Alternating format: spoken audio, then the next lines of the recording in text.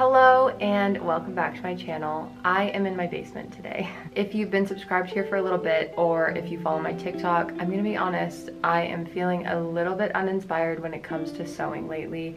I feel like I'm kind of running out of things to say. I've been trying to teach sewing concepts on TikTok for the past year basically, and I'm just a little bit unmotivated and uninspired right now. Of course, it's just a passing phase. There will be more sewing videos coming out, but I also do want to share with you a little bit more about other creative things that I love doing. So today, the reason for being in the basement is twofold. Number one is that I am very much tapped out of sewing ideas right now, and I want to talk about gardening. The gardening season is among us, and that is one of my other huge passions aside from sewing. And reason number two is that it is raining today and it's so dark outside, I don't even know where to film in my house for good lighting for a sewing video, so I'm sitting in front of all of our grow lights. That is why we are in the basement. So hello to any fellow gardeners or sewists who just want to know a little bit more about gardening. Maybe you want to learn.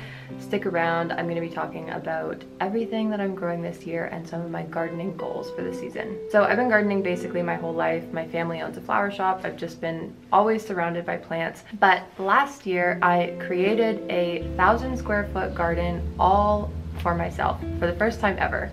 So I just became obsessed with the ideas of permaculture and self-sufficiency and just generally creating a biodiverse ecosystem. I think it's so fascinating and so cool. So with one full year under my belt of gardening for myself, I now have some pretty big goals for this year. There's definitely going to be a lot of learning curves. Goal number one is to attract as many pollinators to my garden as possible. This is obviously so important to how food is produced and how beautiful your garden looks, but also it's just so beneficial for the ecosystem, for the environment, all of that good stuff. And also, pollinators are cute, beautiful. I love seeing them working in the garden. I just think they're so cute. So pollinators, I want them everywhere. So some of the things that I'll be growing to attract more pollinators is milkweed, first of all.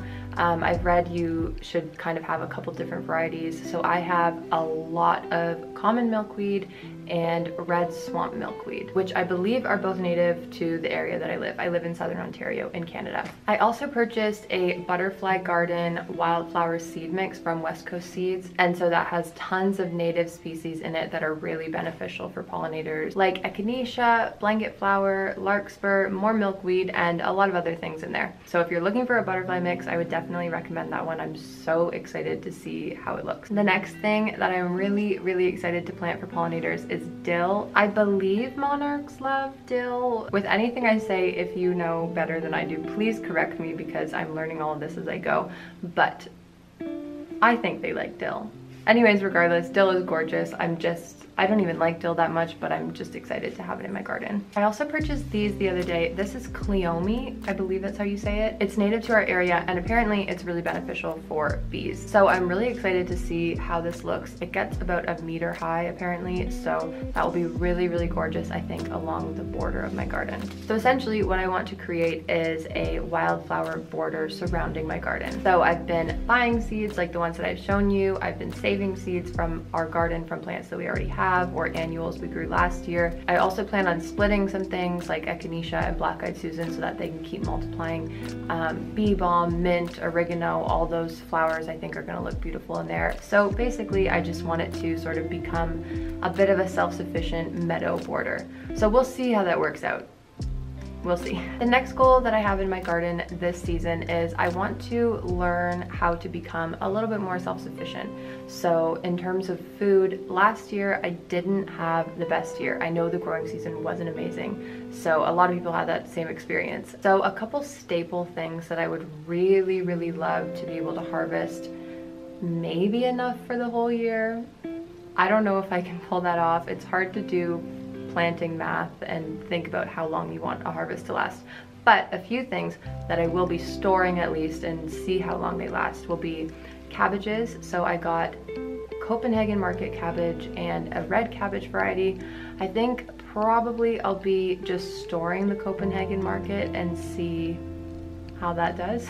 And then the red cabbage, I'll probably preserve, like pickle it or something. I really want to master potatoes. I love potatoes. Everyone in this house loves potatoes. So I think that would be a really beneficial thing to be able to store and keep for as long as we can. One thing that I'm really curious about is drying beans, because I think that's a really amazing and super easy way to preserve a harvest.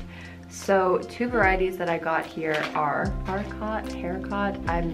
I'm not a bean variety expert. I don't know how to say this, but they're these really pretty red and white beans. I think it's a French variety. This is a bush variety, which was a mistake on my part because I'm trying to only have pole beans just to save some space, but that's okay, I'll find somewhere for them. And then the other variety that I got is a broad Windsor fava bean. So this is just a climbing broad bean. Look at the size of these seeds though. That is a huge seed.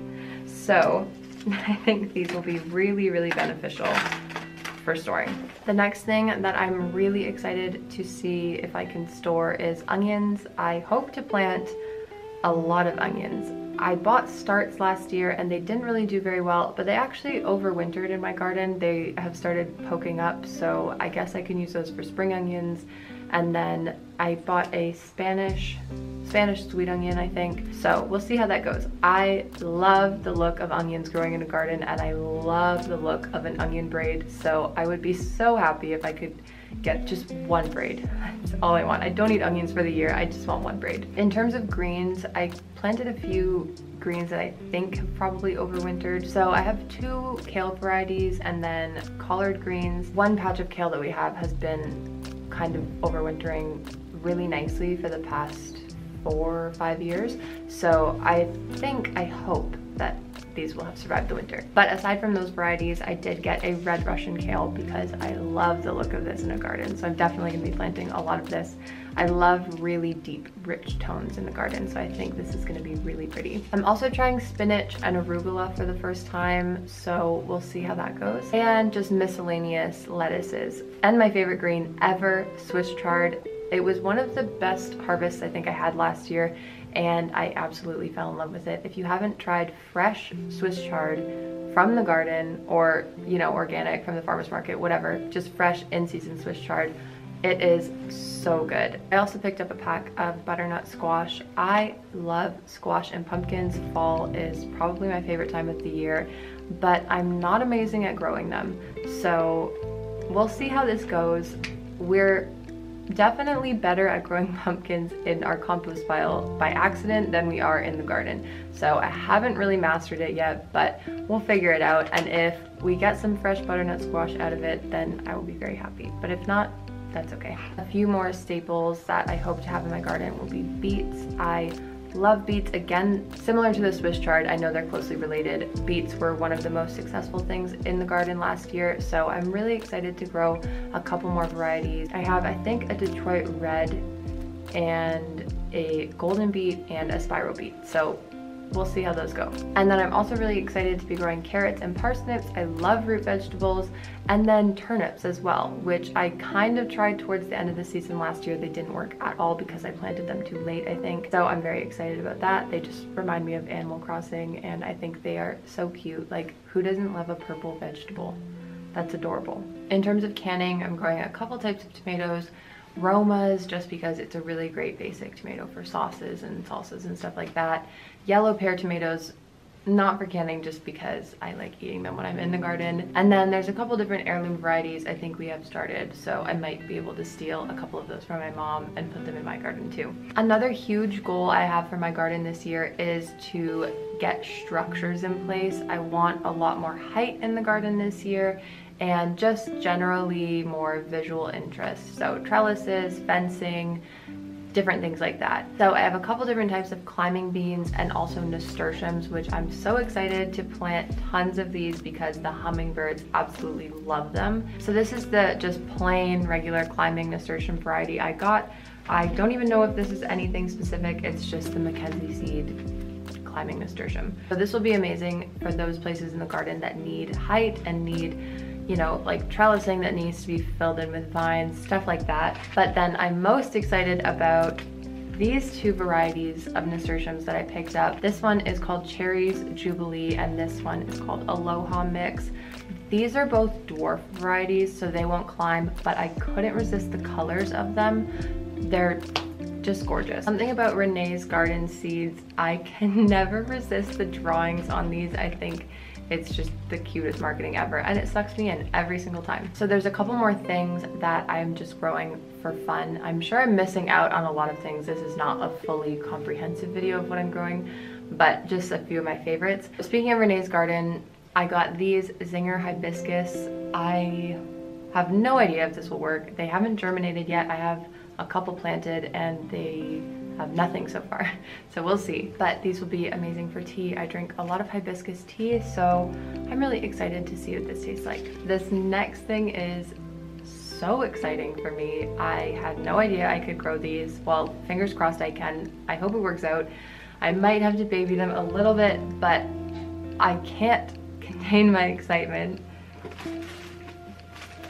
And that is tuberose. I'm so excited about this. If you haven't smelled tuberose, it's just one of the most coveted floral fragrances ever, I think. I'm very excited to see how this works.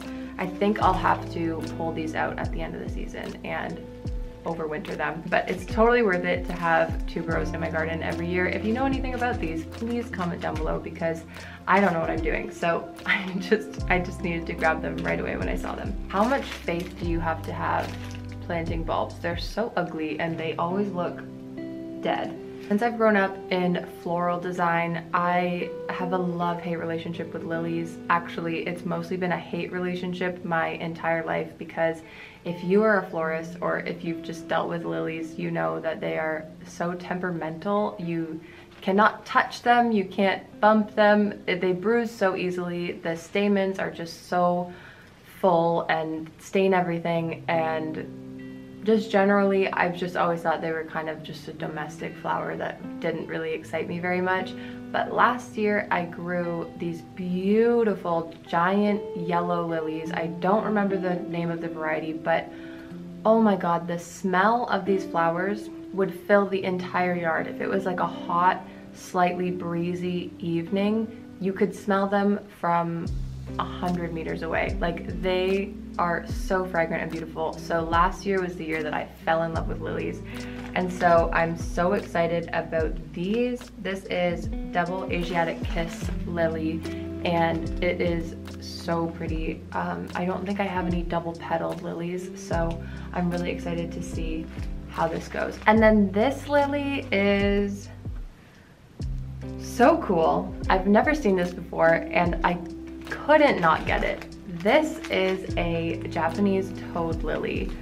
I mean, I couldn't possibly have anything else that looks like this in my garden. This is just so unique and beautiful, and I'm really excited to see what it does. It's also fall flowering, which is interesting. Aside from everything I've just mentioned, another goal that I have is to start my edible perennial collection. So I put in quite a few raspberry bushes, 2 black currants, and blackberries last year. Oh my gosh, yeah, we also got 6 peach trees and an elderberry bush, so I'm really hoping that those all made it through the winter.